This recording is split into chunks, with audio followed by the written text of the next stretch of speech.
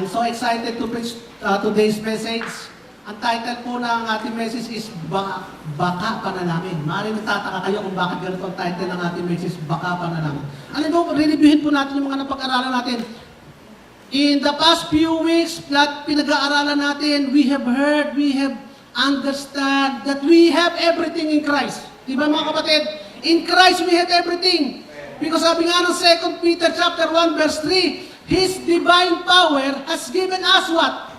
Everything. Everything we need for life. Sa buhay, lahat na kailangan natin mga kapatid, narito na. Hindi lamang basta buhay, kundi buhay na may kabanalan. To live a life of godliness. Hindi ka pinabayaan ng Diyos na mabuhay ka lamang, na parang aso, parang hayop, mabubuhay nga, nag-i-exist lang. Pero wala namang kapakinabangan. Wala namang buhay na tinakda ng kaloob ng Diyos. Pero tayo, binigyan tayo ng buhay, kailangan natin sa buhay, at binigyan din tayo ng kakayanan, ng kapangyarihan upang mabuhay ng buhay na may kabanalan. Amen. Kaya kumpleto na mga kapatid. If we have Jesus, we have everything. Di ba mga kapatid? We have been saved. Ano pa kailangan natin? Wala na, we have been saved. Ligtas na tayo. We have been redeemed. Tayo ni-redeem na mula sa mga kasalanan natin. Hindi na tayo magbabayad ng mga kasalanan natin. Our name has been written in the book of life. Ang pangalan natin nakasunod sa aklat ng buhay. Sa pagdating ni Kristo, nakalista tayo doon sa mga listahan ng sasalubong sa Kanya. Amen mga kapatid. Ano pa mga kapatid? We have been chosen as son and daughter of God. Anak tayo ng Diyos, tagapagmana ng Kanyang lahat. So ano pang kulang natin mga kapatid? Kumpleto na pala tayo. At sabi ni Pastor Rodel last week, if you have faith, you have access to all of this. Amen. Kung may pananampalataya ka, mga kapatid, ibinigay na nga sa iyo ng Panginoon sa ang lahat sa pamamagitan ng Kanyang biyaya, wala kang pinaghirapan, wala kang ginastusan, wala kang contribution. Ibinigay na sa iyo lahat. Paano mo nare-receive? Kailangan mo may pananampalataya para ma-receive ito na ang faith naman ay bigay din sa atin bigay ng Diyos din, ng Panginoon. So wala nang problema. Dapat wala nang problema. Ang tanong ay bakit marami pa rin sa atin na hindi pa rin na-experience ang lahat ng ito. Yung tinatanong ni Pastor Rodel last week Binigay na sa atin lahat, pero bakit hindi natin na-experience? Sabi ni Pastor Rodel, baka kulang ka ng faith. Baka wala kang faith, sabi ni Pastor Rodel. Pero kung may faith ka naman, ako naman naniniwala. Ako naman talaga nananampalataya. So ano ang problema? Baka panalangin. Ang title natin yun. Ang problema ay, baka panalangin. Ano kulang? Baka panalangin. Ano sagot? Baka panalangin din. Baka panalangin din. Ano solusyon sa problema? Baka panalangin. So ano kailangan natin gawin? Baka panalangin. Bakit baka? Kasi hindi ko sigurado. Kayo lang kasi makakasagot niyan. Kasi panalangin kasi ay personal thing. It's a personal relationship sa Panginoon. Hindi ko masasabi, hindi pwede sabihin na, tuwing kakain kami, ako ang nagpe-pray. Ako ang leader ng panalangin. Tuwing kami aalis ng bahay, ako ang nangananalangin sa sasakyan. Ay sasabihin naman ni Lord, panalangin na gayon. Isa naman, ba't ka lagi nasa CR? Yung pala, kaya nasa CR lagi, nananalangin. So hindi ko masasagot mga kapatid. Kayo lamang ang makasasagot, kaya baka ang sagot sa ating mga problema ngayon ay baka panalangin. So mga kapatid, simulan natin. Alam niyo po mga kapatid, yung prayer ay prayer is yung connection natin sa manifestation. Ano ibig sabihin ng manifestation? Yung bagay na pinangako ay nagiging totoo. Ano connection natin doon? Yung prayer. Kasi yung prayer ay pagbibigay mo ng permission na mag-manifest yung mga pangako na Diyos sa buhay natin. Pagbibigay mo ng permission. Kaya ang praying is sinasabi mo sa Diyos kung ano na yung sinabi niya sa iyo, nagagawin niya. Praying is just saying to God, yun na rin naman na sinabi niya gagawin niya sa iyo, sinasabi mo lang sa Kanya. And that is prayer. Kaya, bakit ang iba ay hindi nakaka-encounter ng abundance samantala pinangako ni Lord ang abundance? Hindi naka-encounter ng provision samantala pangako ni Lord ang provision. Hindi nakaka-encounter ng physical manifestation ng healing samantala sinabi ni Lord na by His wounds, you were healed. Bakit kasi mga kapatid? Kasi yung pong mga bagay na ito ay nasa heavenly realm. Nasa heavenly realm. Kaya kailangan natin dalhin yung mga nasa heavenly realm dito sa earth, physical realm, by prayer. Ano po ang verse natin yan? Ephesians chapter 1, verse 3. All praise to God, the Father of our Lord Jesus Christ, who has blessed us with spiritual blessing in heavenly realms. Nasaan daw mga spiritual blessings? Nasa heavenly realm. At bakit naman tayo may mga spiritual blessing ito in heavenly realms? Because we are united with Christ. So yun po ang napakatindi doon. Our relationship and our connection is with Jesus Christ. And because we are connected with Christ, yung po mga blessing na ito na already reserved for us is in the heavenly realm. So mga kapatid, nasa heavenly realm, yung mga heavenly realm ito, kailangan mag-manifest physically. Kailangan ito maging physical. Kailangan ito maging material. Ito mga nasa heavenly realm na spiritual blessing na ito. Di ka mga kapatid? So we who are in Christ are already blessed in the spiritual realm. But the blessing is to manifest in the physical, mga kapatid. So we need to bring this into the physical realm. Dalhin natin sa physical realm. Hindi ko sinasabing by gawa, through prayer. Magmamanifest itong mga pinangako ng Panginoon na ito sa atin in the spiritual realm, sa physical realm, through prayer. So, sa 1 Thessalonians chapter 5, verse 17, ito sabi, rejoice always, pray continually, give thanks in all circumstances, for this is God's will for you in Christ Jesus. Rejoice always. Pray continually. Give thanks in all circumstances. Alin yung will ni Lord kaya dito? For this is God's will for you in Christ Jesus. Yung kayang rejoice always lang? Yung kayang pray continually lang? Yung kayang give thanks in all circumstances lang? Mga kapatid, ang lahat kong ito ay will ni Lord. At kaya po, dahil will ni Lord na ikaw ay mag-pray. Pag nag-pray ka kapatid, yung makakapag-rejoice ka, bakit? Yung kasi sabi nga sa John, until now you have asked nothing in my name. Ask and you shall receive, and your joy will be complete. So when you pray, makakapag-rejoice ka because you know that when you pray, you will receive what you ask for. And when you receive what you ask for, you become joyful. Your joy will be complete. So you can rejoice. At ganun din naman kapatid, pagka ikaw ay nagre-rejoice, you always give thanks. Nagpapasalamat ka because you know that when you pray, God hear your prayer. So you rejoice always, pray continually, and give thanks in all circumstances ay one complete package mga kapatid. Hindi pwede mag-rejoice ka, hindi ka nagpe-pray, hindi pwede mag-rejoice ka nang you are not giving thanks. Actually, when you pray, you can rejoice because you know that He always answers your prayer. Amen mga kapatid. And because He answers your prayer, what will you do? You will give thanks. Kaya yun ang, at maganda dito mga kapatid, this is not just our will. Ano sabi doon? This is God's will. Gusto ni Lord na mag-rejoice ka. Bakit? Gusto ni Lord na mag-ibigay sa iyong lahat. Gusto ni Lord na ma-encounter mo. Gusto ni Lord na ma-enjoy mo. Gusto ni Lord na mag-manifest yung mga pangako niya sa iyo na sasabihin mo lamang ay Amen. Gusto ni Lord na matanggap mo yung mga pangako na sa iyo. Hirap kaya na pinangako kita pero hindi mo naman natatanggap kasi hindi mo kine-claim. Hindi mo kinukuha. Eto na ang resibo. Nasa iyo na lahat. Kukunin mo na lamang. Hindi mo pa kunin. Pinaghirapan ko na, binayadan ko na. Ikaw na lang ang kukuha. Ayaw mo pa. Hindi naman pwedeng isasaksak ko sa iyo because that will violate my nature. Hindi ako nang force. Sabi ni Lord, yan ang gusto ni Lord sa atin. That is my will. This is my will for you to rejoice, to enjoy. Gawin mo mga kapatid because this is my will for you. My will for you is to become, na makita kita na ikaw ay masaya. Yan ang will ni Lord, makita kang masaya. Ang will ni Lord, makita kang thankful. Kaya ang will ni Lord, mag-pray ka. Kaya baka ang kulang ay, baka panalangin. Amen mga kapatid. Sabi ng Matthew, chapter 18, verse 18, I assure you, and most solemnly say to you, si Jesus Christ ang nagsasabi nito.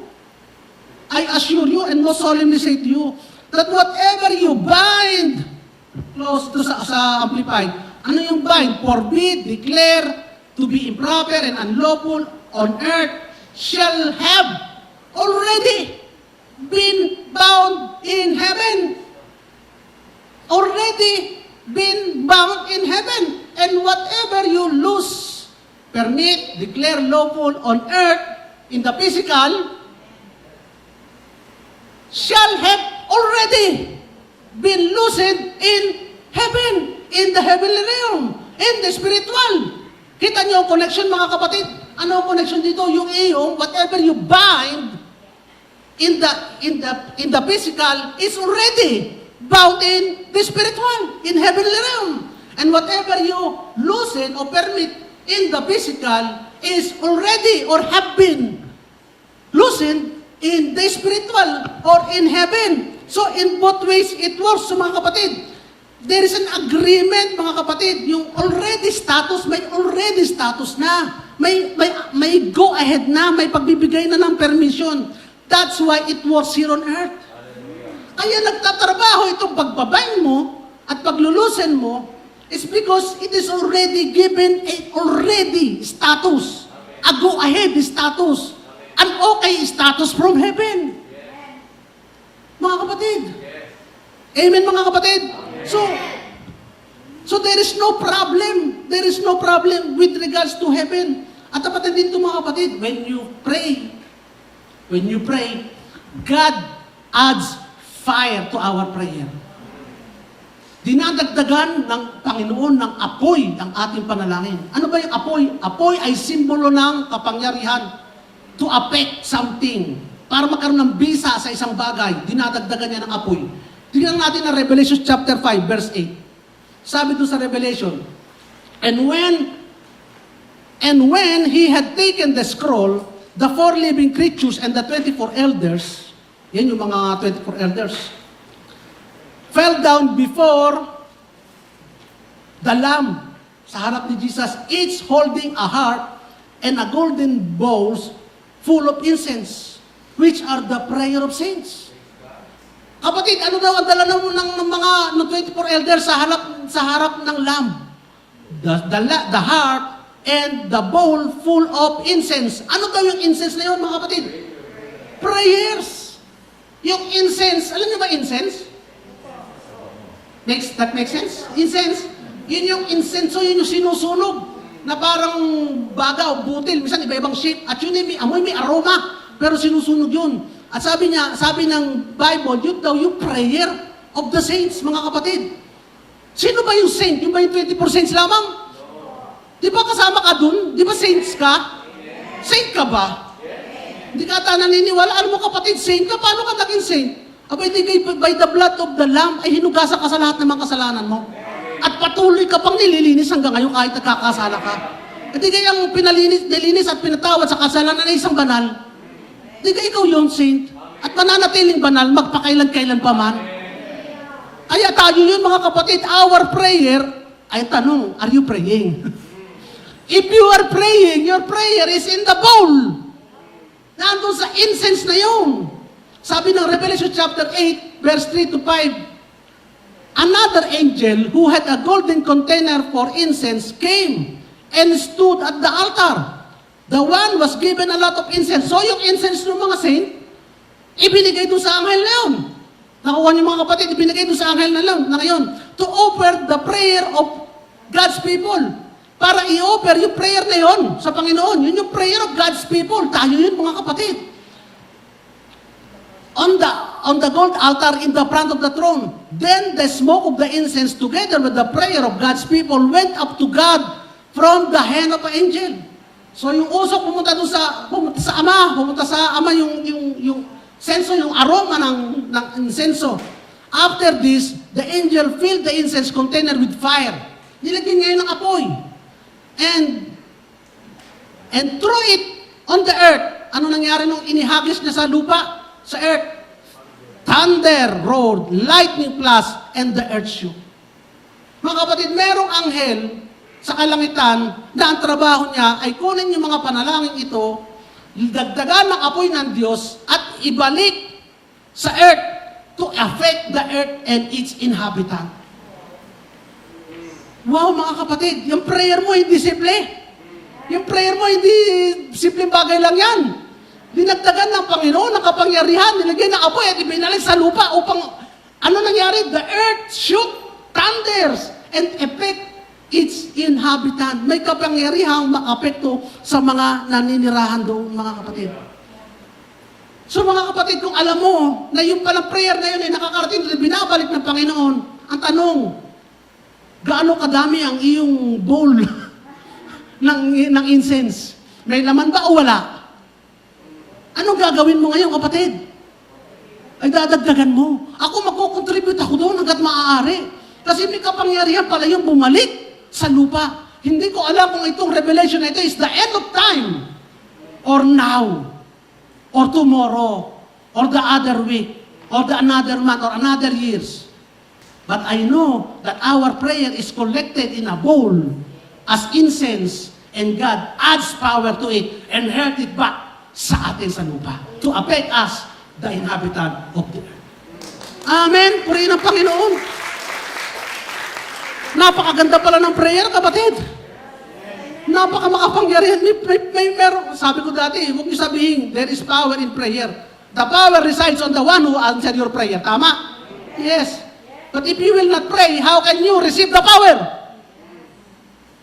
Kaya we need to pray, mga kapatid. Contribute to that book. Kung ikaw may lalagyan, punuin mo na, ngayon pa lang. Punuin mo na ng panalangin, mga kapatid. Amen, mga kapatid. Kaya po ang prayer, sabi ng New Covenant, kasi binasa natin yun sa Revelation, sabi ng New Testament, napaka-importante ng prayer sa Christian life. Hindi pwedeng ang Kristiyano ay hindi nabubuhay ng walang panalangin. Dapat ang Kristiyano ay punong-puno ng prayer. Bakit kano? Sabi sa Colossians chapter 4, eto devote yourselves to prayer, being watchful and thankful. If there is something that we can devote ourselves into, kung makakaroon tayo ng devotion, what is that? Prayer. Yan sabi, devote yourselves to prayer. Being watchful and thankful. Bakit ka, ano sabihin ng being watchful doon? Tingnan mo kung anong pangangailangan ng iba. Tingnan mo kung nagkukulang. Tingnan mo kung ano pwede mo pa ipag-pray. At pagkatapos ipagpasalamat mo. Bakit? Because the Lord has already answered your prayer. Nasa bowl na ang prayer mo. Ano Romans 12:12? Be joyful in hope, patient in affliction, faithful in prayer. Yung kanina, devote yourself to prayer. Ito naman, faithful ka sa prayer. Ano ba yung ibig sabihin ng prayer na faithful? Ay yung hindi pa, ay para patak lang ng ulan ng ng El Nino. Hindi ganun ang prayer mo. Once a year, tuwing Christmas. Once a year, tuwing napapaglid ka ng prayer, no. Dapat talaga, you should be faithful in prayer. You should be faithful in prayer. Sa Acts chapter 6, verse 44, ito naman, but we will give ourselves continually to prayer and the ministry of the word. Ano ginawa ng mga apostle? Binigay nila ang sarili nila continually to prayer. So ano yung mga action verbs dito? Devote themselves to prayer. Ano pa? They are faithful in prayer and they give themselves to prayer. Amen, mga kapatid. Alam mo, kapatid, ako po yung natutuwa eh. Kasi, ito namang message nito, pinrepare ko nung last week pa. Pero nung Wednesday, baga tayo, nagkaroon kami bigla ng prayer meeting na matagal nang hindi nangyayari. Sa tanang buhay ko, hindi naman sa tanang buhay. Sa matagal ng panahon na nakakalimutan natin yung prayer meeting. Sabi ko, it's a confirmation that the Lord is really telling us to pray. Sino ba, nalaman ba ng mga leaders natin na nag-schedule ng prayer meeting na ay si Pastor James, mag-teach yata tungkol sa prayer? Eh tayo kaya mag-prayer meeting? Hindi nila alam ito. Secret ito, nakatago ito sa likod ko eh.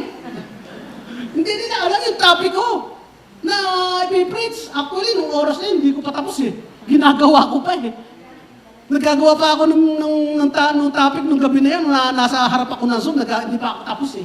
Pero nung nagkaroon na tayo ng prayer meeting, this is a confirmation. This is not an accident, mga kapatid, because God works and speak a single word to us. Because we are on the same spirit. We have the same spirit. Hindi pwedeng sa spirito, iba sasabihin, doon sa spirito niya, iba sasabihin, doon sa spirito niya, iba sasabihin, hindi. Iisang spirito yan. At kung iisang spirito yan, iisang sasabihin yan. And one confirmation na talagang ang Panginoon na nangungusap sa atin, na sinasabi sa atin mag-pray, is because when they schedule prayer and when I have prepared this prayer topic. Amen. Hallelujah, mga kapatid. Hindi ko kayo natutuwa na that God is really speaking to us? Amen. Hallelujah. That God is really working to us, sa atin. Kaya sabi ni Lord, anong kulang nyo? Kasagot ni Lord, baka panalangin. Hindi naman niya, ano magkasapang hindi ka kino-condemn, kaya baka pa na lang. Hindi condemnation yun. Nire-remind lang tayo. Kasi alam ko marami sa atin nagpray-pray. Nire-remind lang tayo, hindi tayo kino-condemn, kaya baka panalangin. Kasi kung sagot doon, panalangin! Exclamation, exclamation. Condemnation yun, pero hindi. Baka panalangin, utoy, ineng. So ikaw nang bahala sumagot. It is your personal relationship with God. But, we do not bombard heaven with prayers. Amen? Hindi mo binubombard ang heaven ng panalangin. Bakit? Hindi mo binubombard ang heaven kasi hindi naman kalaban ng heaven. Hindi naman kampo ng kaaway ang heaven. Bakit mo ibobombard? Ano yung kampo ng kaaway na kailangan wasakin para mabombard? At hindi mo rin kailangan i-tear down ang door of heaven ng prayer. Bakit mo wawasakin ang pinto ng kalangitan sa pamamagitan ng palangin? Ay, ang pinto ng kalangitan ay laging bukas para sa iyo. Hindi naman nakalak yun para sa iyo. Ang winawasak ay yung nakalak. Ay dahil bukas na yun sa pamamagitan ni Kristo, bukas yun. Bakit mo wawasakin? Kaya ba pag pumapasok dito, winawasak niyo ang pinto? Babayad ka pa, hindi. Bukas na bukas yan. And we do not knock into the heaven's door. We never knock the heaven's door. Hindi ka nagnanak sa heaven's door. Bakit hindi ka nagnanak sa heaven's door? Because by confidence and boldness, you come to the throne of grace. Amen. Ang nagnanak lang sa heaven's door is nung walang permission na pumasok. Ang nagnanak lang sa heaven's door is walang access, walang pass na pumasok, kaya magnaka muna. Pero yung may access na, may permission na, sabi ng Hebrew, chapter 4, verse 16, come boldly to the throne of grace with confidence. Amen. Alam niyo ba ang ibig sabihin ng come boldly to the throne of grace with confidence? Doon tayo sa come boldly with confidence. Alam niyo ba ang ibig sabihin ng come boldly with confidence? Ganito po yun. Sa araw, ako yung nagko-computer sa taas. Alam ko yung aking anak na bunso ay nasa labas, nasa karsada at naglalaro sa aso. Tapos merong dumating na,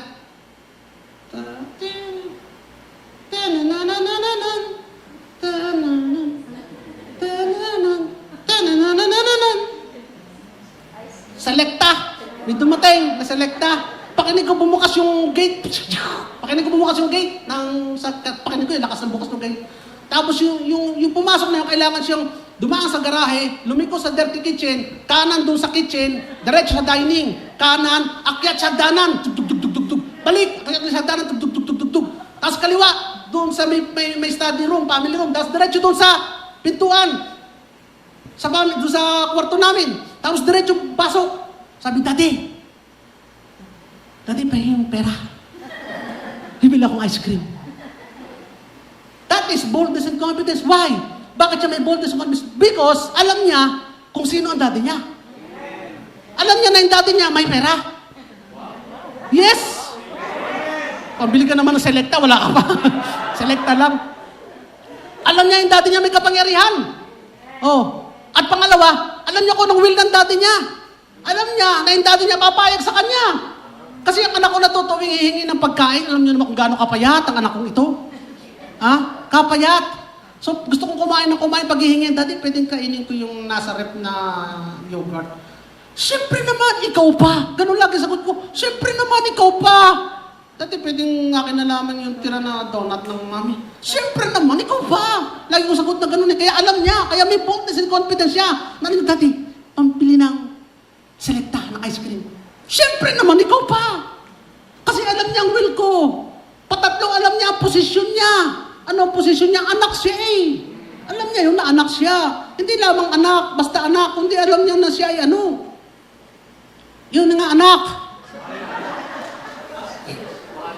Mahal na anak. Alam niya na mahal na anak siya. Ay kung anak ka ng kapitbahay ko, o kaya anak ka ng tupa, pwede ka ba pumasok doon ng dire-diretso sa akin? Ay yung katulungan namin sa bahay eh. Sir! Pasok! Sir! Pasok nga! Hindi ka pumasok eh. Kasi wala siyang confidence. Doon sa pagpasok niya, yung barge in. Ay si David pagpasok na talagang with confidence and boldness, Daddy, bibili ako ng ice cream. Kaya anong nangyari? Binigyan ko. Pero bago binigyan sa tinanong ko muna, may pera ka naman. Hindi ka bumili, may pera ka naman. Ay kulang po. Kulang po. Hindi siya aware na meron siyang power. Hindi siya aware na may kapangyarihan siya, kaya lumapit siya sa akin. Pero sa totoo, kulang yung kapangyarihan niya. Kaya humingi siya ng support sa akin. Oh. Kaya yun yung boldness and confidence. Meron din ako isang anak, ganito naman. Daddy, tayo mag-food panda. Okay! Thank you, Daddy. Bakit kaya ito nagpa-thank you? Ang ginamit palang Gcash ay yung akin. Bakit niya nagawa yun? Ba't niya nagawa yun? Nagpa-thank you na lang siya. Salamat, Daddy. Kasi alam niya na hindi ko naman siya i-reject eh. Hindi ko naman sasabihin sa kanya, wag na tayo mag-food panda, mamatay tayo sa gutom. Hindi ko sasabihin sa kanya gano'n. Alam niya na mag-okay lagi ako. Kaya lang hindi siya aware na meron naman siyang kapangyarihan. Kaya, pero in fairness naman, dito ko naman sa isang anak, nagpo-food panda din, na siya naman ang nag-o-order. Di thank you na lamang. Pa-thank you na lamang. In fairness naman, pag nagpo-food panda naman, pera naman niya ang ginagamit, at di nakakatikim na kami. Pero ang okasyon na yon, ay di pera kong ginamit. Pero anong ginawa niya? Nagpa-thank you siya. Thank you na lang. Hindi na niya inintay yung response ko na. Pagpo-food panda tayo, Daddy, pahingin permiso, hindi na. Alam niya kasi na yung will eh. Alam niya kung sino ako sa kanya, alam niya kung anong will ko, alam niya kung anong position niya sa akin. Ang mahalaga, maganda pa nun, alam niya kung anong kapangyarihan niya. Kung may pera siya, di siya na, mag-isa. Parinig ko yun. In fairness. So mga kapatid, paano natin magagamit yung illustration ko na yun, mga kapatid? That is our same confident, bold relationship with our Father. Our Father. Our dear Father. Ang nagmamahal sa ating Ama. Tumingin kayo dyan, may kasama ba kayong Ama ngayon? Alam niyo mga kapatid, imagine niyo, picture in your mind, your Father. How generous your Father to you. Generous ba ang Father niyo sa inyo? Generous. Mga kapatid, i-multiply mo pa ng 100 lamang ang Panginoon dyan sa generosity ng Ama. Dahil ang Ama mo kasi limited ng power. Limited ng kapangyarihan. Pero ang Ama natin sa langit, ultimate power. Amazing power. Supreme power. Anong klaseng love, mga kapatid? Hindi lang fatherly love. Extreme, absolute love ang ating tinatanggap sa ating Ama. Amen? Kaya tatlong bagay ang dapat natin maunawaan. Yung God's nature, yung nature ng ating Father. Yung power ng ating Father. Pangalawa, we are knowledgeable of His will. Yung kanyang nais. Ano yung gusto ng ating Ama. Pangatlo, who we are. At ano ba yan? That is our position and our possession in the kingdom of God. Yan tatlong yan, yung nature of God, yung will of God, and our position and possession in the kingdom of God. Amen? So ano ba ibig sabihin yung God's nature? You are sure of our sovereign God. You know He has the power. Kaya ka nagpe-pray sa Kanya. Bakit? Because wala nang iba kasi na may kapangyarihan tulad niya. That's why we pray. Siya ang supreme ruler of the universe that can do anything. He can do anything. Kasi nga, supreme ruler siya, far above all authority. Sabi ng Psalm 115 verse 3, but our God is in heaven. He does whatever He pleases. Our God is in heaven. He does whatever He pleases. Ngayon, titingnan natin yung whatever na yun. The sovereignty of God, He is powerful, He is mighty, sovereign ng God, and whatever God wants to do, He will do it. Ang tanong iba, bakit pa ako hihingi? Bakit pa ako mag-aas? Samantala pa lang He will do whatever He wants to do. Ayun nga maganda doon. Kasi, by the very definition of sovereign, God can do whatever He wants, and God answers to no one, and does not have to give an account of His action to anyone.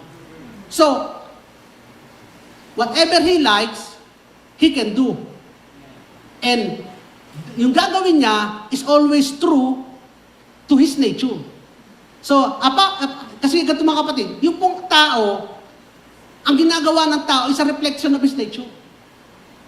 Di ba mga kapatid? Yung action ng tao, reflection of His nature. A person acts in a way na consistent dun sa kanyang personality. Di ba mga kapatid?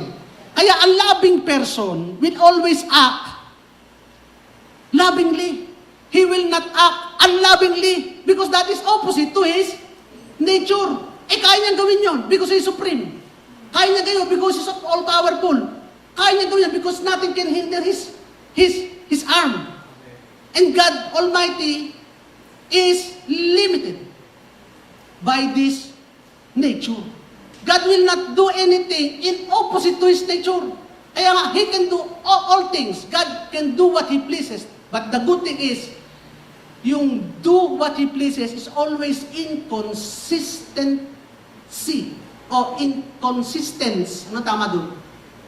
Consistent with His nature.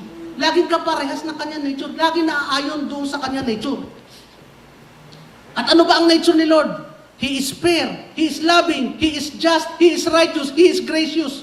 He will never do that is unjust. He will never do bagay na unfair. Ang kanyang action is always motivated by love, compassion, and tenderness. Therefore, we can ask God to move in accordance and consistent with His nature. Pwede natin gamitin ngayon yung nature niya na yun to ask from Him.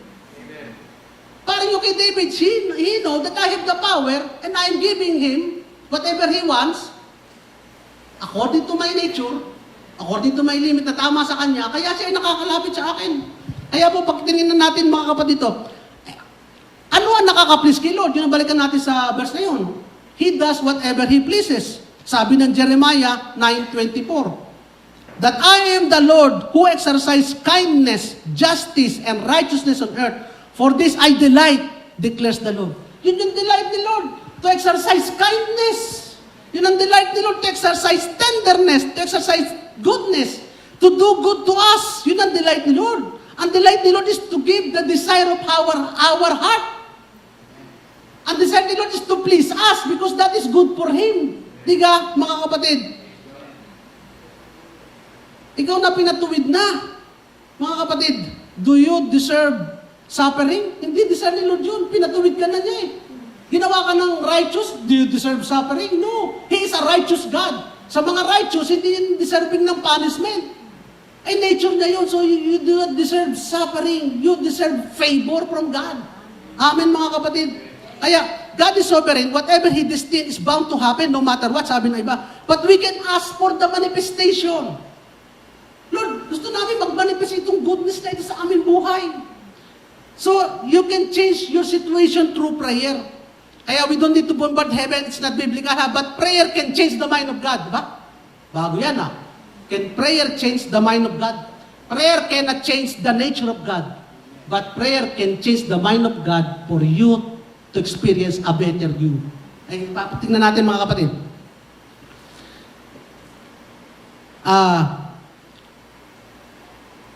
Yung gagawin ni Lord is always in the bound of His nature.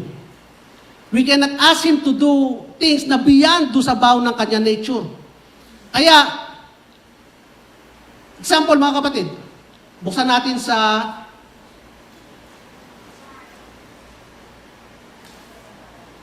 nasaan na ba ako? Nawala ata ang aking ito.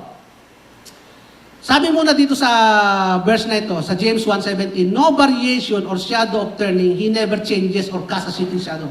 Pinatutunayan lang ng verse na ito na hindi nagbabago si Lord. So why you pray when God never changes? If our prayer cannot affect God, why we need to pray? Ang ibig sabihin nito, we cannot change the character of God. His mercy, He is gracious, He is righteous, He is full of justice. But we can change the mind of God to act according doon sa kanya nature. That's why we need to pray. Let's look at the Old Covenant sa Exodus chapter 32, verse 9 to 14. Basahin natin mga kapatid. Exodus 32, 9 to 14. Sabi dito, I have seen these people, the Lord said to Moses, and they are stiff-necked people. Now, leave me alone, sabi ni Lord, so that my anger may burn against them, and that I may destroy them. So gustong wasakin na nito si Lord ang lahat ng Israelita na lumabas mula sa Ehipto at ititira lamang si Moses.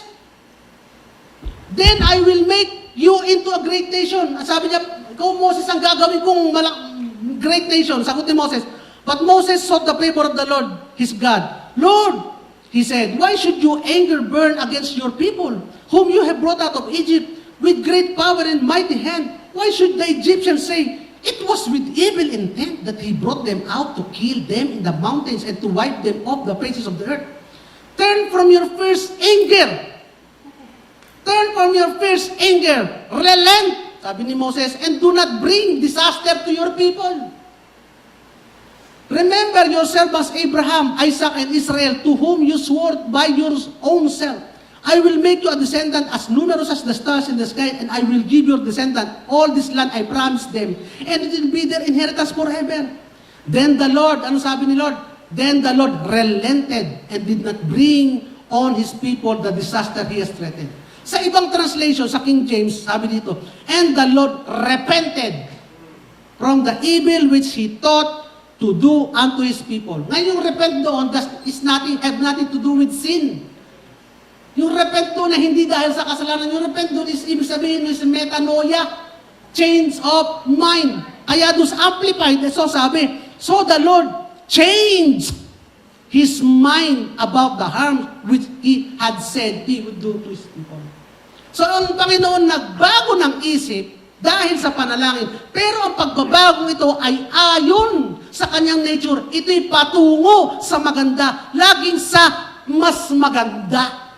According to His... Kasi nga, yung unang plano ni Lord ay wasakin na. Itong bayan na lumabas mula sa Ehipto, pero napagbago ang isip ni Lord upang magituto siya doon sa kanyang pangako.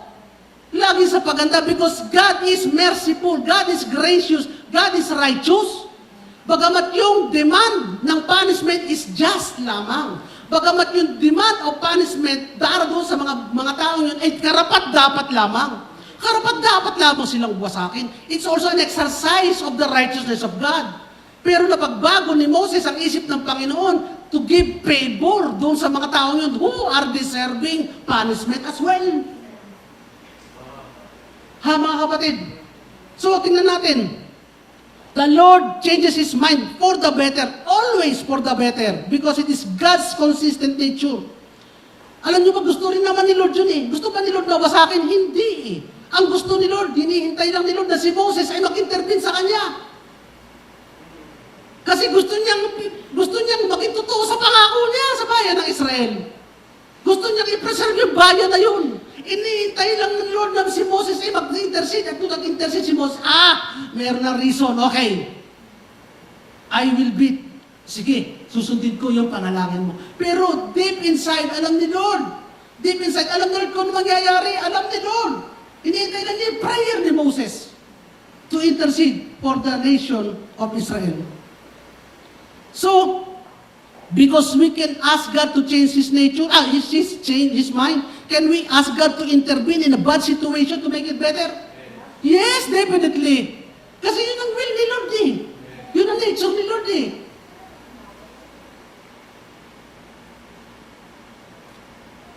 Can we ask God, Lord, intervene dito sa mga sitwasyon namin? Intervene dito sa mga kapatid namin na may sakit. Huwag mo hayaan sila na kunin ng kamatayan. Can we ask that? Kahit yung iba deserving na mamatay na?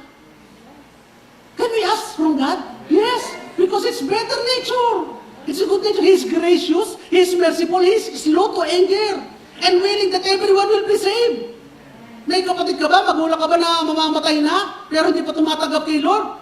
Can you ask God, Lord, extend His life? Can you ask God? Yes! Because ang gusto ni Lord, masave ang tao. Ang gusto ni Lord ay maligtas ang tao. Ang gusto ni Lord ay makaramdam ng kanyang pagpapala. That is His will. That is His nature. Bagamat sinabi na nakatakda na mamatay. But no, you can ask God for intervention. Let's look at another example. Yung consistency ni God sa kanyang nature. Sa Jonah, chapter 3, verse 10. Kilala niyo ba si Jonah? Si Jonah yung propeta na sabi ni Lord, uy, puntahan mo yung Nineveh. At ikaw ay mag-prophesy sa Nineveh. So, ano ginawa ni Jonah? Saan ka pumunta ng Nineveh? Umuwi siya. At sumakay sa barko. Ano nangyari? At the end ay kinain ng matabang tilapia. At nag-pray siya na siya iligtas ni Lord. At siya nangako sa kanyang vow kay Lord. Sinuka uli ng malaking sardinas. Sinuka na ng malaking isda. Pagkatapos nangaral pumunta sa Nineveh. Ngayon, sa verse 3, chapter 3, verse 10 tayo. Ito ang preaching ni Jonah. This nation will be destroyed in 40 days. Yun. Yun lang ang preaching ni Jonah. This nation will be destroyed in 40 days. Narinig ng mga tao, natakot ang mga tao. And hindi pa nga repeat eh. They believe. At ngayon, yung hari, nagkaroon ng announcement. Everyone, mag-pray kayo lahat. Walang kakain. Kahit aso, alagang hayop, walang kakain. Tayo magfa-fasting. So kayo ng saklot lahat. At baka sakali, yun ang sabi ng hari, baka sakali na tayo pakinggan ng Diyos. Hindi yun ang preaching ni Jonah, yun ay sabi ng hari, baka sakaling tayo ay pakinggan ng Diyos. Sabi sa verse 10, when God saw their deed, they turned from their evil way. Then God relented of the disaster which He has declared. Naka-declare na yung disaster. But He relented. He relented on the disaster which He had declared He would bring to them. So He did not do it. So hindi ginawa ng Panginoon ang disaster na ipinrapesay ni Jonah. Kaya ngayon si Jonah ay galit. Basahin natin sa chapter 4 verse 1. Jonah, however, was greatly displeased and became angry. Nagalit si Jonah, so he prayed to the Lord saying, "Oh Lord, sino nga ba sinasabi ko eh? Yan ang sinasabi ko pa sa inyo, Lord, nung ako nasa bayan namin eh. Kaya hindi ako pumunta dyan sa Nineveh. Akala natin dati si Jonah kaya tumakbo natatakot. Natatakot baka sa kanyang buhay. Yun ang akala ko nung binabasa ko dati ang Jonah, pero hindi pala eh. Kaya pala si Jonah tumakbo, hindi sumunod sa Panginoon sapagkat alam niya, kaya ako tumakbo, eto eh. I knew that you are gracious. I know that you are compassionate God, that you are slow to anger and abounding in loving devotion. Alam ko yung karakter mo. Alam ko yung nature mo, na ikaw hindi magaling magalit, na ikaw yung nagmamahal eh. The one who relent from sending disaster. Ikaw ang nagbabago ng isip sa pagpapadala ng calamity o pagpapadala ng disaster eh. Ikaw ang nagbabago ng isip na mag-destroy eh. Kaya ako hindi tumuloy. Alam niyo ba, nakakabiruan nga sa langit eh. Sino ang propetang hindi nangyari ang prophecy? Nagkakabiruan sila eh. Si Jonah! Si Jonah yun! Si Jonah, propetang hindi nangyari ang kanyang propesya. Lahat ng propeta nangyari ang kanyang prophecy, pero si Jonah, your nation will be destroyed in 40 days. Hindi nangyari. Kaya binibiro siya. Sabi ni Jonah, may daya naman kasi. Anong daya? Eh, nag-pray mga tao eh. Ayun namang ibang pinag-prophesy niya, hindi nag-pray. Pero ang akin, nag-pray ang mga tao eh, may daya eh. E di nag-relent si Lord. Nag-relent si Lord. Sabi nga dito, Jonah chapter 3 verse 4 to 4. Jonah began by going a day's journey to the city, proclaiming 40 more days and Nineveh will be overthrown. The Ninevites believed God. A fast was proclaimed and all of them from the greatest to the least put on sackcloth. Yun mga kapatid. Kaya and the Lord always changed His mind for the better, for His nature. He relent from sending disaster. And He will also intervene in our disaster. Mga kapatid, because that is His nature. He is gracious, compassionate, loving, and merciful. Kaya dapat mga kapatid, we should pray. We should pray for God to change His mind. But you can always trust His nature. Ano siya? Good, gracious, loving, merciful, faithful, just, righteous, kind, tender, caring. What is the nature of God? He have mercy to the Ninevites, not to destroy them. Si Jonah, nagalit, nagtampo pa nga si Jonah. Alam niyo, si Jonah nagtampo na. Bakit ka nagtatampo? Sabi ni Lord, ay mabuti pa ako yung mamatay. Isipin niyo mga kapatid, para tayo si Jonah. Si Jonah nung nasa loob ng isda, sabi niya, I will true to my vow. You are my salvation. Iligtas mo ako. Nung naniligtas na ni Lord, hindi lang nangyari yung kanyang gusto mangyari. Nagtampo na kay Lord. Gusto na mamatay. Marami sa atin ganun eh. Pinaghimalaan ng Diyos, naligtas, na born again. Nagkaroon ng himala sa buhay, pero merong nangyari na hindi niya gusto. Tampo na kay Lord. Di ka mga kapatid, nagtatampo na, nakalimutan na yung himala ni Lord. So anong ginawa ni Lord? So ginawa ni Lord, si Jonah kasi lumabas, tampong niya, pinapanood niya yung Nineveh. Iniintay niya kung mawawasak, hindi pa rin siya nawawala ng pag-asa, gusto pa rin niya mawasak. Pinanonood niya from the far, sa malayo. Mawasak ka, hindi pa nawawasak. So ang ginawa ni Lord, nagpasipol ng malaking puno na maraming dahon. Siguro ano yun? Siniguelas. Nagpasipol ng puno, maraming dahon. Natuwa naman si Jonah. Sarap, fresh air. Naalis ako sa lilom. Tapos kinabukasan, kinain ng uod, yung puno. So wala na ulit dahon, nalagas na ang dahon, ay uminit pa ng matindi. Ay di, sabi ni Jonah, mamatay na ako. Sabi ni Lord, bakit ka ba galit? Nagagalit ka ba dahil yung punong yan, na hindi mo naman tinanim, na hindi mo naman pinalaki, ay namatay? Samantalang ako, ilang daang libong tao yan, na hindi alam ang kaliwa from the right. They do not know their left from the right. Ang hahayaan ko magperis. Alam nyo, na-realize ni Jonah. Kailangan pang dumaan si Jonah sa isang tragic event bago niya maintindihan yung aral ng Panginoon. Tayo ba kailangan pang dumaan sa isang tragic event para maintindihan natin ang aral ng Panginoon? Yan ang turo ng ibang natuturo. Kaya ka pinadadaan ni Lord at binibigyan ng mga trahedya sa buhay para matutunan mo ang kanyang lesson. Ay mga kapatid, ikaw ba ay special children? Special child ka ba na kailangan mo pa dumaan doon sa matinding pagsubok para maintindihan ang lesson ni Lord? Samantalang on the beginning, kung alam na ni Jonah na ang pag-ibig ni Lord ay ganito, ang gusto niya, kaligtasan ng Nineveh, hindi na siya tatakbo sa Tarsus at hindi na siya makakain ng isda. At pangalawa, hindi na siya kailangang magdanas doon sa mainit na pagkamatay ng halaman para maintindihan niya ang pagmamahal ng Diyos doon sa mga taga-Nineveh. Tayo mga kapatid, hindi na natin kailangan dumaan pa sa mas matinding pagsubok at trahedya kung ngayon pa lamang naintindihan na natin. Kung tayo nakikinig ng kanyang salita, nakikinig ng preaching at nauunawaan, natututo na tayo sa mga mensahe, kailangan pa mapadaanin tayo ng Panginoon sa matinding pag-aaral, sa matinding tragedy para maintindihan natin na ito pala ang will Lord para sa akin. Di kaya hindi na mga kapatid. Amen. Ako mga kapatid, nung Friday, ako tinetherapy, sabi nung nurse sa akin, ay, pastor po kayo? Oo. Hindi halata. Pastor po kayo, matanong ko lang po, ano pong event sa buhay niyo, masasabi talagang nagbabago talaga sa inyo ng isip para kayo maborn again? Sabi ko, wala, ining. Wala! Nakinig lang ako sa mensahe nung kasama ko sa school. Naintindihan ko lang yung mabuting balita. Kaya kapatid, kung ikaw ay natututo na, malambot ka, madali ka makaintindi, madali kang maniwala, bakit ka pa kailangan dumaan sa matinding pag-aaral ng pagtuturo ng matindi ng Diyos, tulad ni Jonah?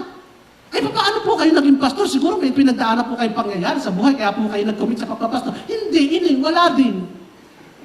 Unang-una, wala akong trabaho nun eh. Kasi bago akong nakaka-retired ko lang sa Caltex, kaya tawag sa akin retarded eh. Nakaka-retired ko lang. At saka may nagsabi kasi sa akin na magagamit daw ako sa pangangaral eh. Eh di, naniwala naman ako.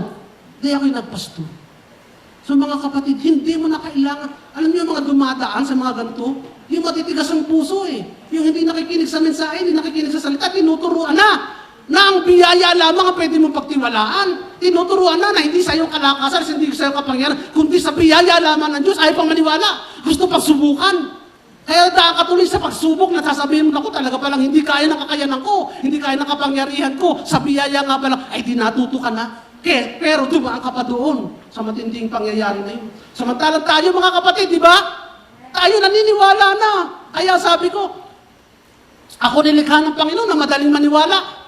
Para akong bata, madali akong maniwala. Mensahe lang, narinintindihan ko na, basta naiintindihan ko, naniniwala na ako. Ay ba mga kapatid ganun? Kung narinig nyo, naniniwala na kayo, hindi na kayo kailangan pang matest, matrained into the learning na kayo pinagdaanan ni Jonah sa buhay. Amen po mga kapatid! Amen! Hallelujah! May natututunan po ba tayo mga kapatid? Buti na, baka ako sinabing wala. Si Lord na magturo sa inyo. Ang matindi, talagang babaon sa inyong ano.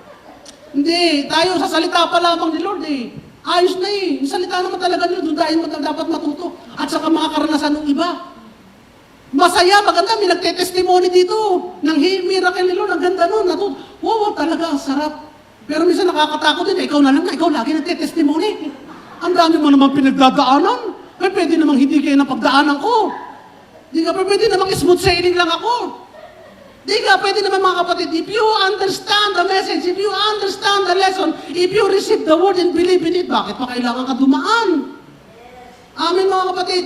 Hindi ko dinidiscourage ang testimony, maganda yan. Pero kung maaari naman, hindi na yung laging ang testimony. Ayoko na gumanon. Gusto ko dito na lang, lagi. Lord, pwede naman kami lagi nakataas, di ba? Lord, pwede naman kami tulad ni John, na hindi tulad ng ibang disciple, na biniting patiwari, kinating pabiyak, pinutol, binigti, binato. Si John namatay of old age, pwede naman nun eh. Kasi sabi niya, he is a disciple whom Jesus loved.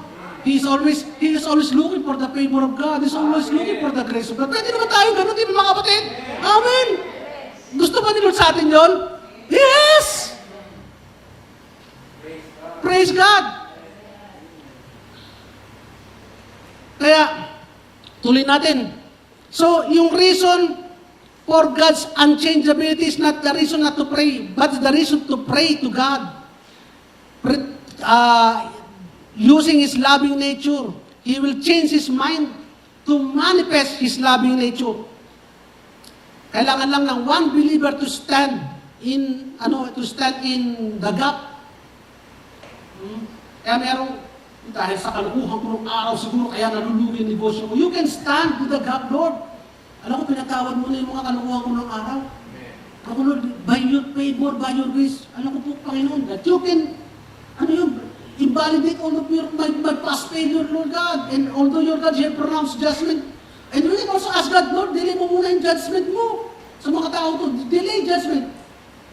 Kung marami pang mga kaibigan ka na hindi pa nasisave, Lord, pwede niyang bukas ka na dumating.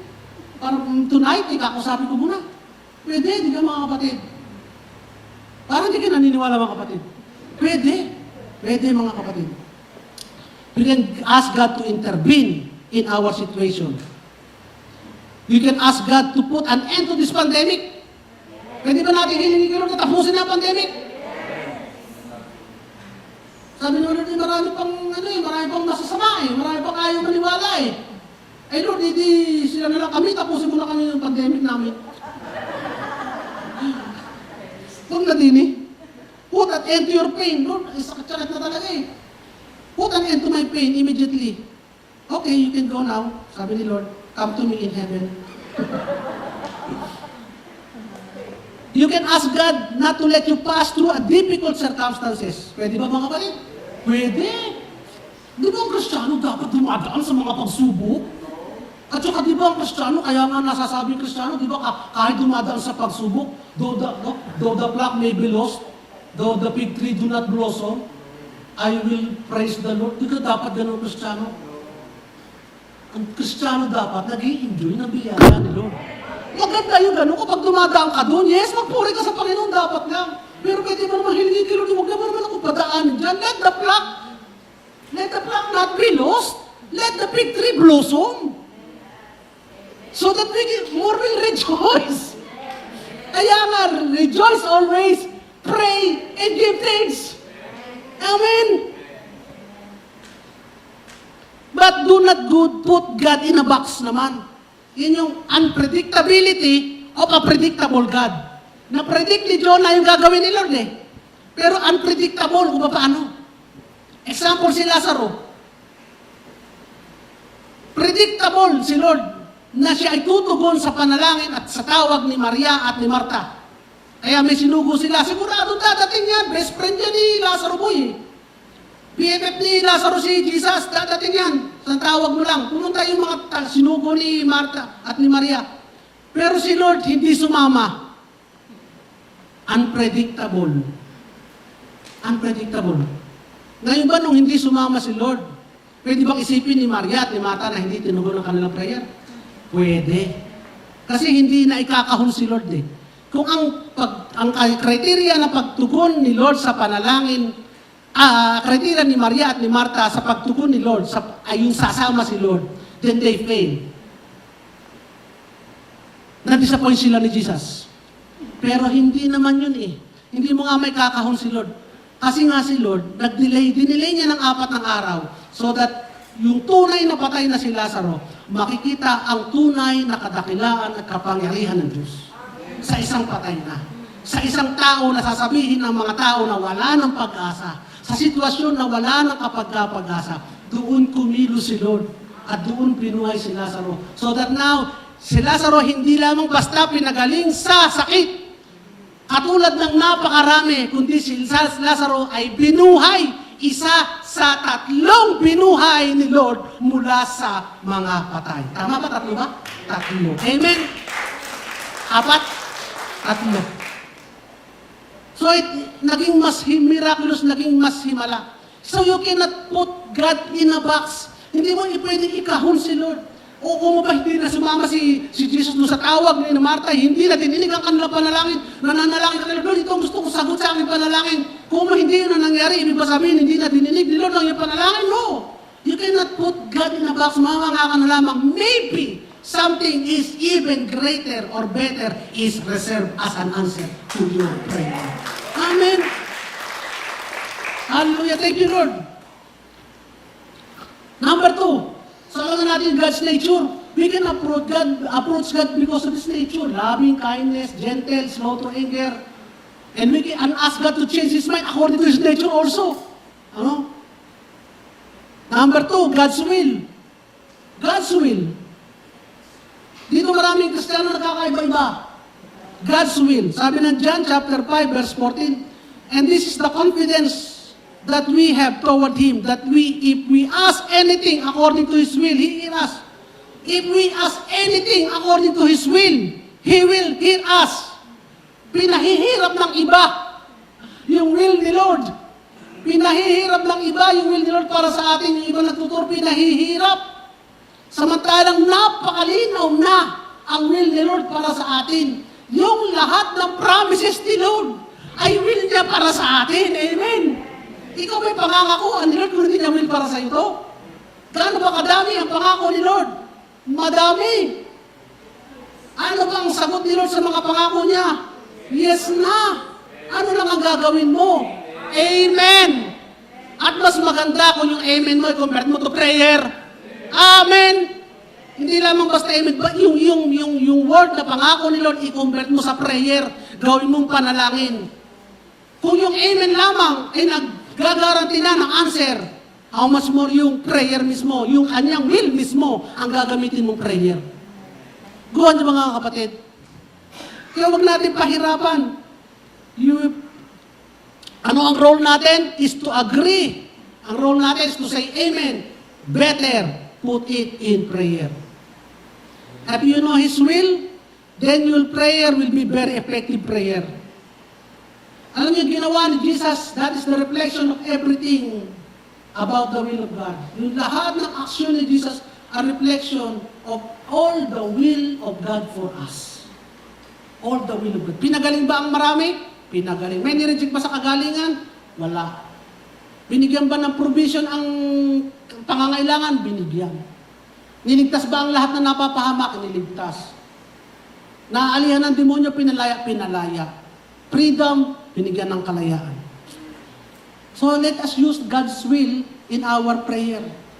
At doon pa lamang mga kapatid, assured na ang answer sa atin. Amen? Letter C. Ito naman ang maraming difference naman na nasa mixture at sa ating mga grace believer. Our position and our possession. Hindi kasi nila alam kung ano yung kanilang possession. Hindi nila alam na through Christ meron silang mga possession. Hindi nila alam na through Christ they already have possession. Ano yung possession na yun? They have authority. They have power. Kaya marami nagkakaiba. Sabi ng Ephesians chapter 2, verse 10. Hindi pa rin. Sabi ng Psalm 100 verse 4. Enter His gates with thanksgiving. Enter His courts with praise. Psalm 100 verse 4. Alam mo mga kapatid, enter His gates with thanksgiving.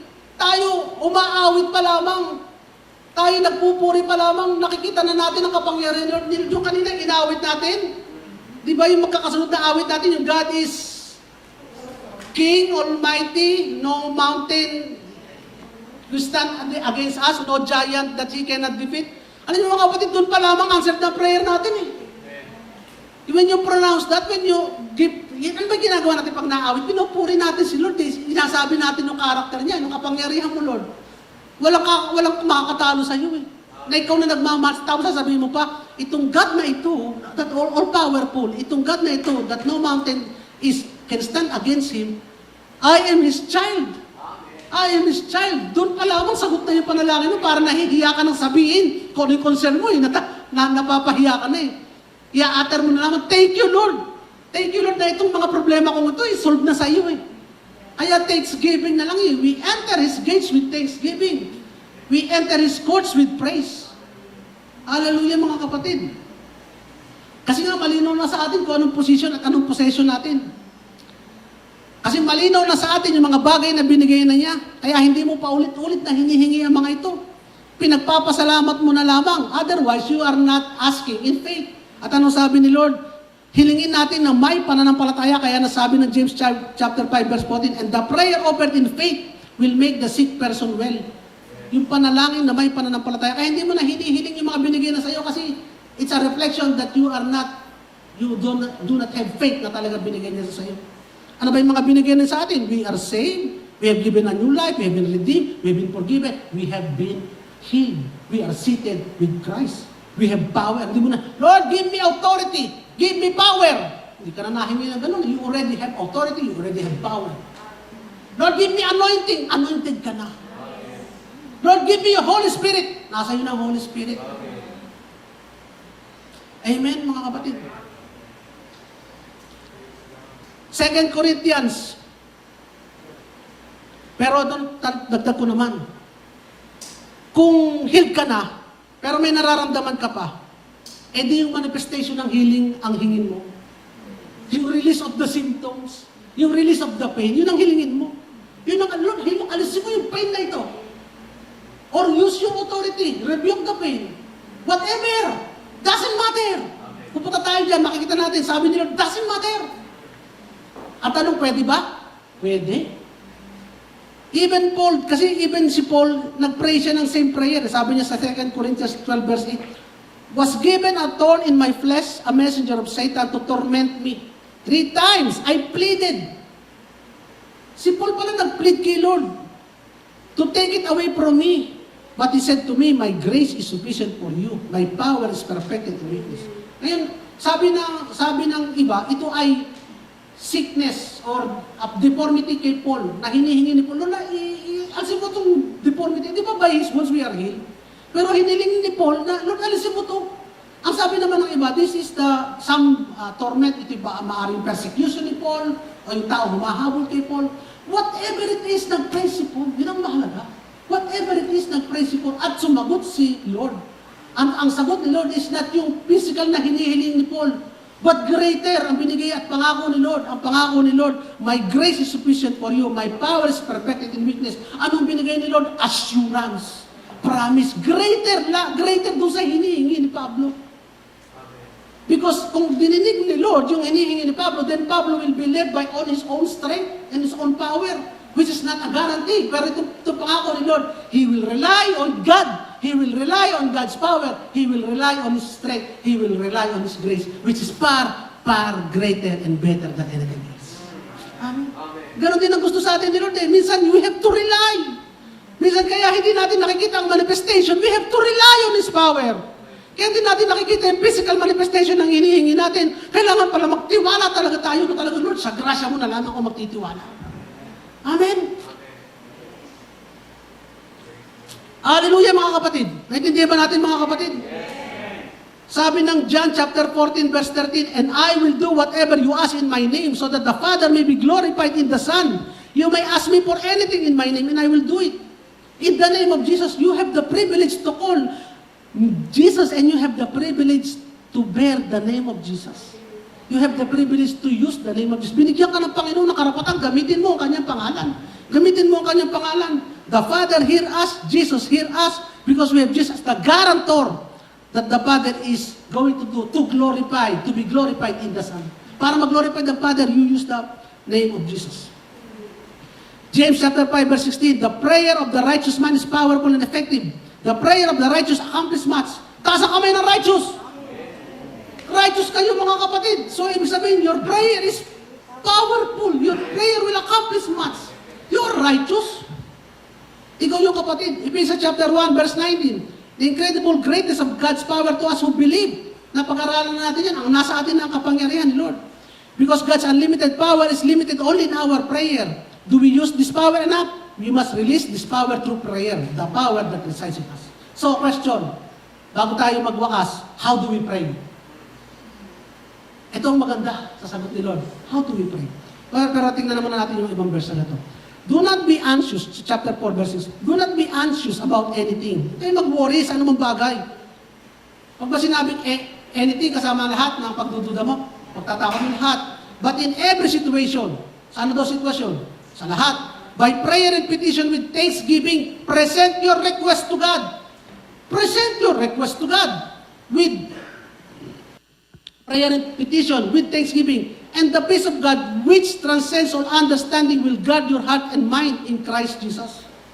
So mga kapatid, yung worrying, kasi ka nagwo-worry kasi, binivisualize mo kasi, tinitingnan mo kasi, nai-imagine mo kasi yung negative na maaaring mangyari. Di ba mga kapatid? Kaya ka nagwo-worry. Kaya ka ako may COVID. Nagwo-worry ka. Nakikita mo agad may tubo ka. Nakikita mo agad, iiwanan mo na yung mga mahal mo sa buhay, nakikita mo na agad, nandun ka na sa earth, abo. Di kaya ka nagwo-worry, di ba nakakatakot? Nagwo-worry ka eh. Pero ano sabi ni Lord sa atin? Praying is envisioning and stating a positive thing. Ina-state mo naman yung positibong thing that you want to happen. Amen. Yes. According to His will. Ano ba ang will ni Lord? Ito magabuting bagay na ito. Kaya mga kapatid, the peace of God which transcends all understanding will guard your heart and mind. Knowing na whatever you are praying for, God has already taken care of it. Ano mang katakot mo pinagpasa Diyos mo na. And you're now expecting good things to happen. Kaya yung verse na yun, hindi tapos. Kaya meron niyang verse 8. Ito sabi. Verse 8. Finally, finally, brothers and sisters, whatever is true, whatever is noble, whatever is right, whatever is pure, whatever is lovely, whatever is admirable, and whatever is excellent or praiseworthy. Ano ba itong mga bagay nito? Yung kamatayan mo? Ano ba itong mga bagay nito? Yung mga nakakatakot na bagay? Hindi, mga kapatid. Ito yung magagandang bagay. Ito yung bagay na pinangako sa iyo ng Diyos. Ito yung mga bagay na pwede mo panghawakan. Ito yung bagay na nakakadakil-dakila ang Diyos. Ito yung mga bagay na ginawa ng Diyos na maganda. Ito yung mga bagay na tinestimony ng mga kapatid natin dito. Ito yung mga bagay na kaibig-ibig mula sa Diyos. Yan ang isaksak mo sa utak mo, mga kapatid. Sa halip na mag-worry ka pagkatapos mo mag-pray, i-meditate mo ito. I-meditate mo ito, mga kapatid. Kaya ang sabi ni Lord, meditate on all of these good things. And this will be the outcome as a result of your prayer. That's how you pray. After praying, we should only think of the positive result. Never entertain a negative result. We can only meditate on the positive result as a promise of God. But again, we never put God in a box. Huwag nyo lalagyan ng kahon si Lord. Hayaan niyo siya ang magpakita ng kamanghamangang bagay na nais niya ibigay sa atin. Last verse, Ephesians chapter 6. Hindi pa pala last version. Last 3 verse. 6:18. And pray in the Spirit in all occasion with all kinds of prayer and requests.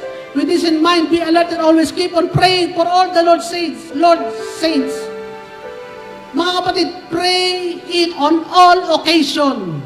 On all kinds of prayer and requests.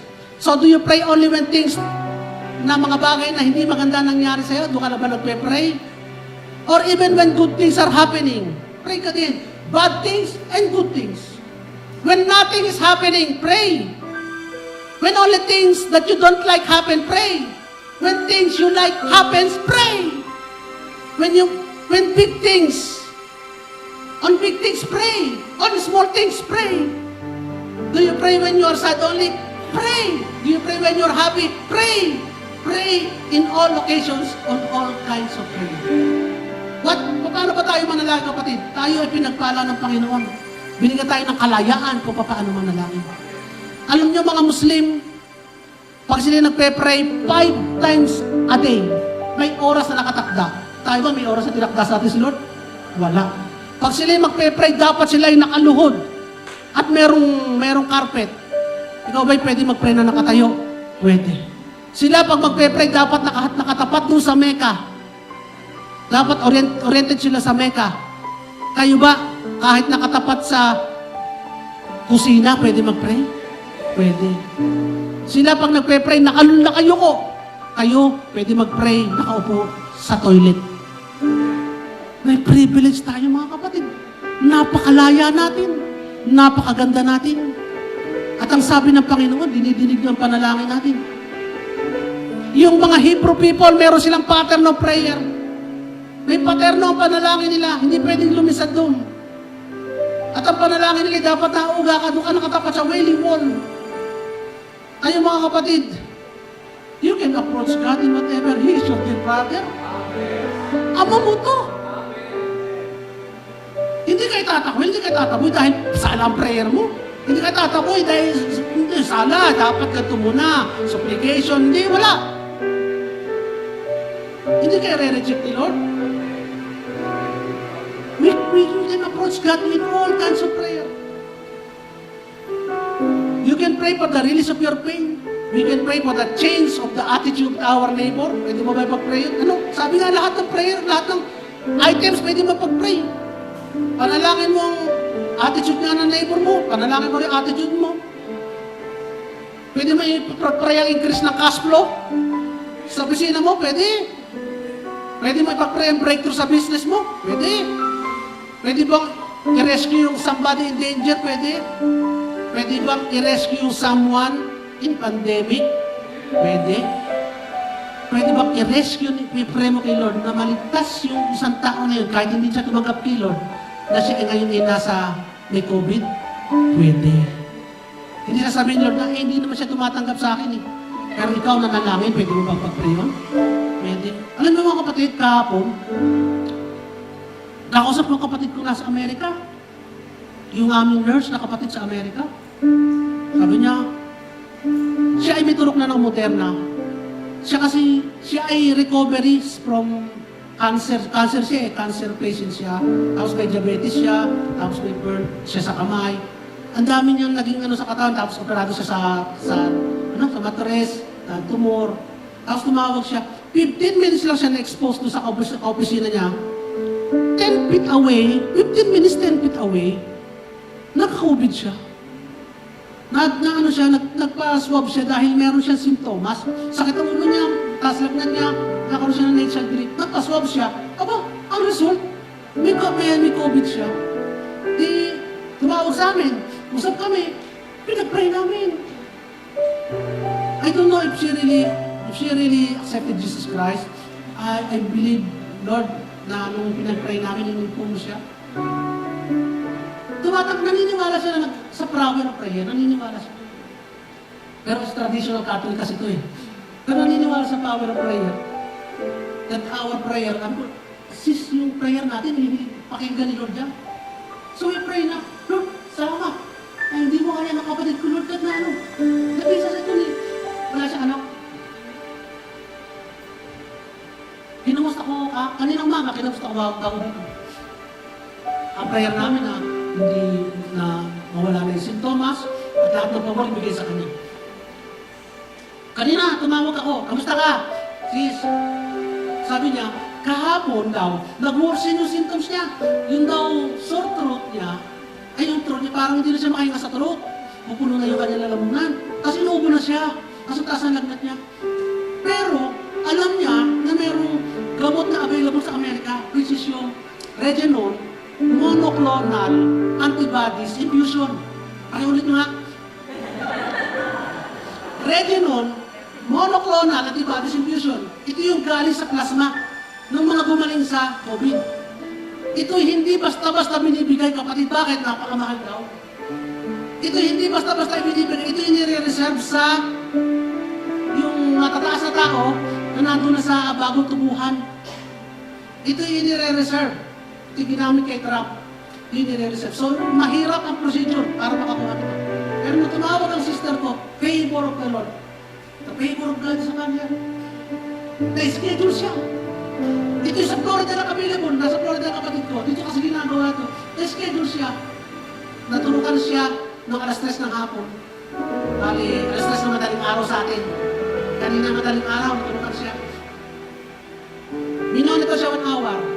And after that, mga kapatid, tumawag sa akin kanina 7. Wala na yung sintomas niya. Amen.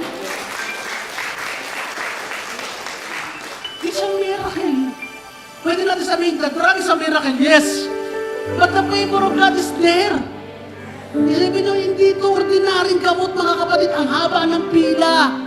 Bago ka makakuha ng ganito, it is reserved for a patient na nandun na talaga last hope. Kung hindi mo alam ito, hindi sasabihin sa iyo ng mga doktor. Hindi ito bibigay sa'yo kung hindi mo alam.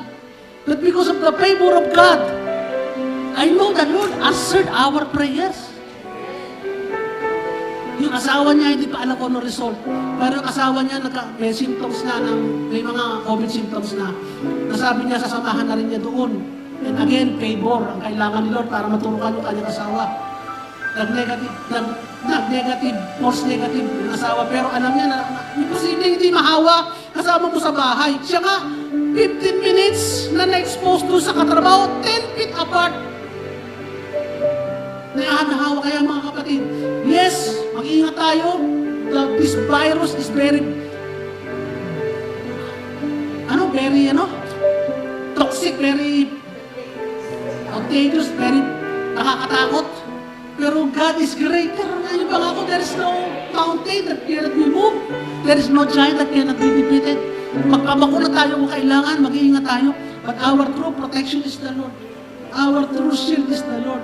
Our true healing is the Lord. So it is the will of God for us to pray. Kaya nga sabi sa 1 Peter chapter 5 verse 7, cast all your anxiety on Him because He cares for you. Mga kapatid, pag sinabing cast all your anxiety on Him because He cares for you, ang meaning ng cast is to transfer. Cast is to transfer. Cast is to hand over. Cast is to leave from you to another hand. Ang sabihin ng cast, aalis sa'yo, pupunta doon, sa kabila. Kaya sabi ni Lord, yung worries mo, hayaan mong umalis sa'yo, pupunta kay Lord. Kasi He cares for you. And how do we do it? We do it by prayer. Truly we believe that by His wounds we are healed. Alam naman natin yun. I believe that my wounds are healed. And I keep saying, ako pinagalingan ni Lord. We are healed because of His wounds. At ako naniniwala sa puso ko, hindi pwedeng tawaran ng aking pananampalataya about that. I believe that by His wounds we are healed. Pero pag kami na lang ni Lord, kung nagpe-pray ako kay Lord, at sakit talaga, saan ako makatulog? Pray ako kay Lord. Hindi ko mapigil to be real with the Lord. And ask God to release me. Simulat mo pa ito. Ay, na-pronounce ko na-review ko na, nag-declare na ako. Pag kami ni Lord, ay, sakit eh. Simple. Yun ang maganda sa ating Panginoon. Hindi niya tayo, kasi siya ay minsan naging tao. Naintindihan niya tayo. Naramdaman niya yung sakit natin. He understand us, He will never condemn us. He will never despise us. Instead, with sympathy, with compassion, with love, He will always hear our prayer. What kind of prayer? Mga kapatid, what kind of prayer? All kinds of prayer. All kinds of prayer. What form of prayer? All forms of prayer. In what manner? Sa amang location, sa amang lugar. Sa amang posture. Ano mang position, He will always share our prayer. In conclusion, mga kapatid, wala atak. Ito, in conclusion, God has given us everything we need. If we say we have faith, baka panalangin na lamang ang ulan. Hallelujah, Lord. Thank you, Lord.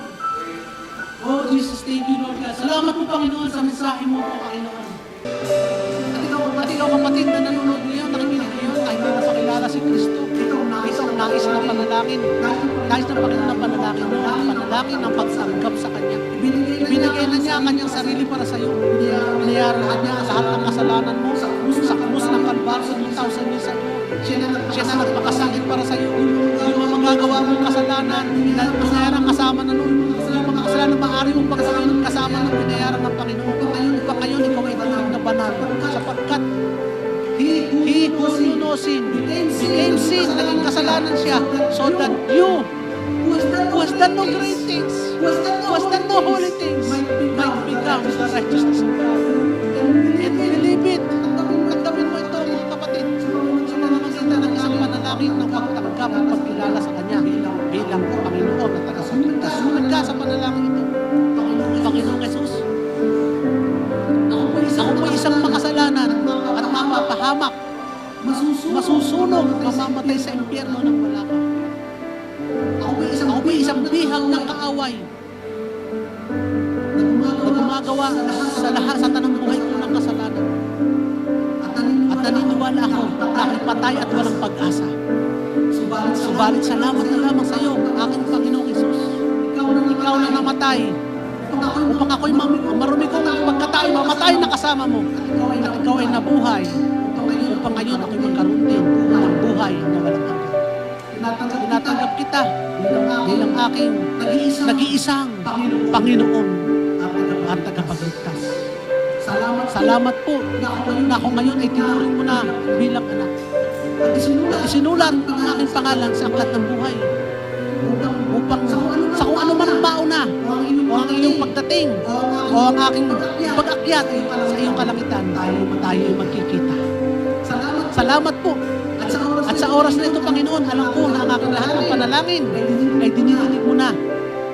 Salamat po na aking lahat ng panalangin ay binibigyan mo ng response sapagkat ang panalangin ko ay inalay ko sa iyo sa pangalan mo, Jesus, na aking Panginoon at tagapagligtas.